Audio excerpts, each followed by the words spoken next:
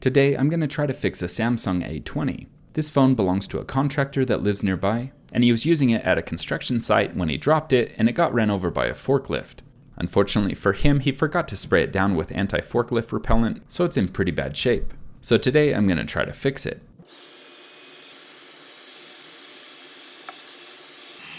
I used a heat gun to loosen the adhesive holding down the back cover. I was careful not to use too much heat so I don't melt the back plastic. And once I have that off, I'm going to take out all the many little screws.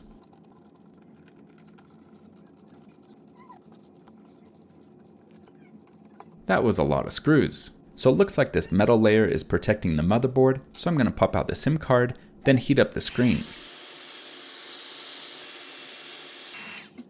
After heating it up again, I used a guitar pick to easily take off the metal layer. And when I took it apart, I could see that there's multiple ribbon cables that I'll need to unhook, starting with the battery. Whenever fixing electronics, you always want to remove the battery or power source first. Next up, I'm going to take off the loudspeaker here on the bottom. Be careful when taking off the speaker because the wire antenna is going to be connected to it. Underneath the speaker is the headphone and charging port, which I'll disconnect now. At this time, I didn't realize there's other components that I'll need to disconnect, but I'll get those later.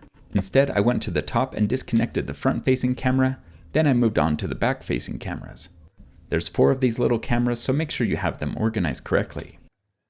I'm going to take out the thumbprint reader, then I'll move on to taking out the motherboard. Sometimes these have adhesive, so I used a heat gun to loosen it up, and it came out with no problem.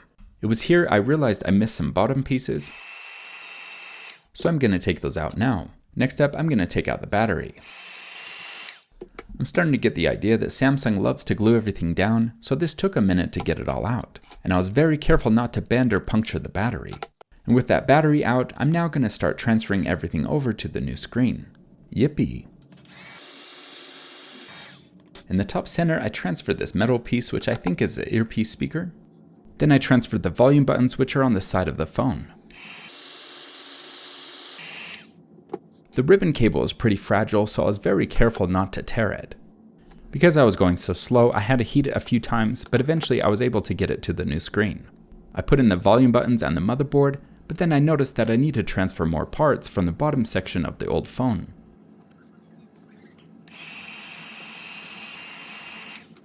Again, I was very careful not to tear the ribbon cable or the phone padding.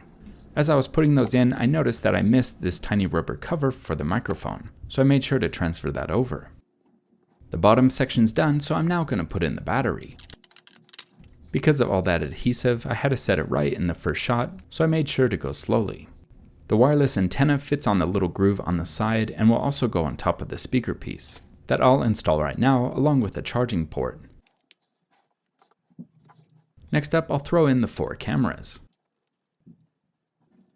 And also the fingerprint reader. We're making great progress, so after I screw down the motherboard, I'm going to install the back metal cover, and I'll spend the next 2 days tightening all the little screws.